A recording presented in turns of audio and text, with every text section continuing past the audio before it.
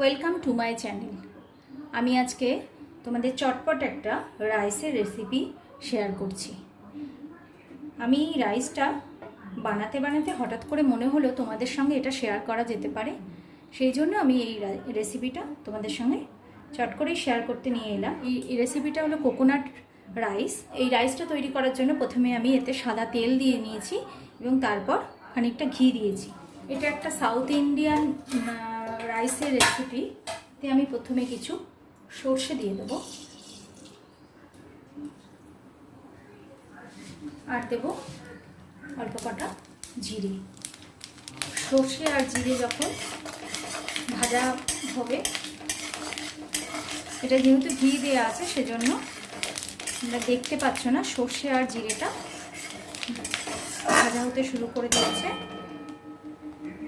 যখন দেখবে সর্ষেটা চিরবির চিরবির করছে তখন বোঝা যাবে যে এটা ভাজা হয়ে গেছে। এবার এর মধ্যে আমি কটা দিয়ে দেবো কারি পাতা।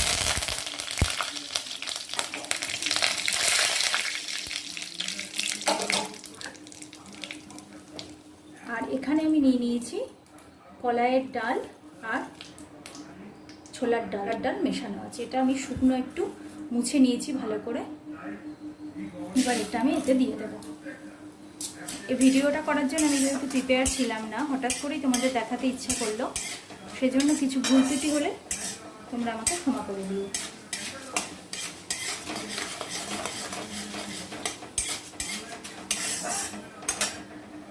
এবার দেব কিছু পিনাট বা যেটা আমরা চীনা বাদাম বলি সেটা। এটা খোসাটা ছাড়িয়ে নিয়েছি।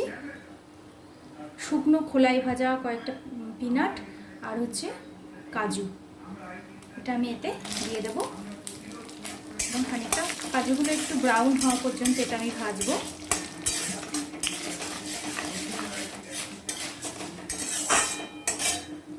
এবার এতে দিয়ে দেবো কটা কুচিয়ে রাখা কাঁচা লঙ্কা। আর যেহেতু এটা কোকোনাট রাইস, অবশ্যই এতে কোকোনাট দিতে হবে। সেটা আমি নারকেলটাকে আমি কুড়িয়ে নিয়েছি, এটা এবার তেলে দিয়ে দেবো। এটা খুব সামান্য ভাজবো, খুব বেশি ভাজবো না।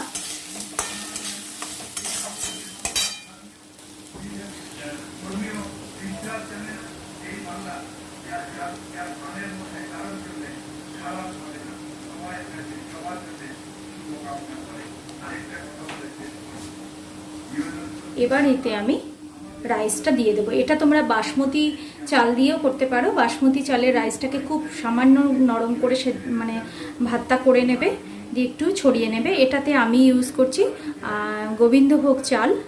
সে গোবিন্দভোগের চালের আমি শুকনো করে ভাতটা করে নিয়েছি, খুব অল্প সেদ্ধ করেছি, দিয়ে হাওয়ায় শুকিয়ে ঝরঝরে করে নিয়েছি, কারণ এটা খুব সহজেই দলা হয়ে যায়।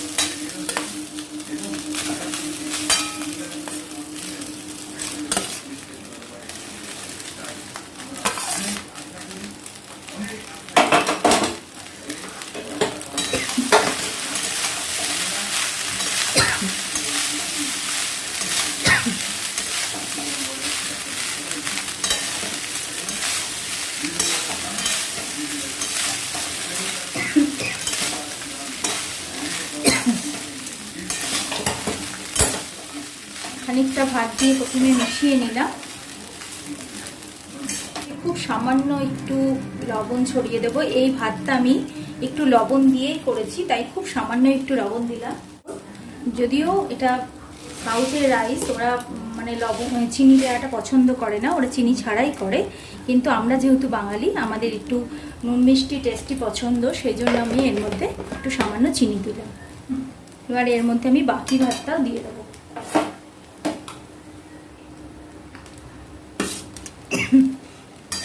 ভাতটা ঝরঝরে করে নামিয়ে নিয়ে তারপর একটু ছড়ানো জায়গাতে ছড়িয়ে রাখলেই বেশি ভালো হয়। তাহলে এটা দেখো আমার প্রতিটা ভাত আলাদা আলাদা আছে। এই চালের ভাত খুব সহজে নরম হয়ে যায়, সেজন্য এটাকে খুব সাবধানে করতে হবে এবং ভাত হয়ে যাওয়ার পর একটু ভাতটা ছড়িয়ে রাখতে হবে। আর তোমরা বাসমতি চালেও এটা করতে পারো, একইভাবে ভাত তৈরি করে নিতে হবে।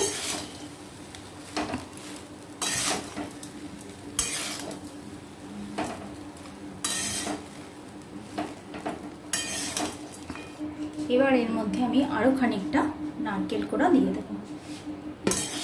এবার গ্যাসটা অফ করে দিয়ে এর মধ্যে আমি আরও খানিকটা নারকেল কোড়া দিয়ে দেবো।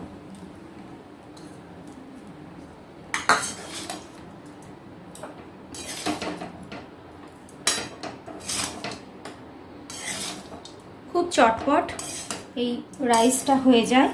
তোমরা এটা সবাই ট্রাই করে দেখতে পারো এবং ভীষণই টেস্টি।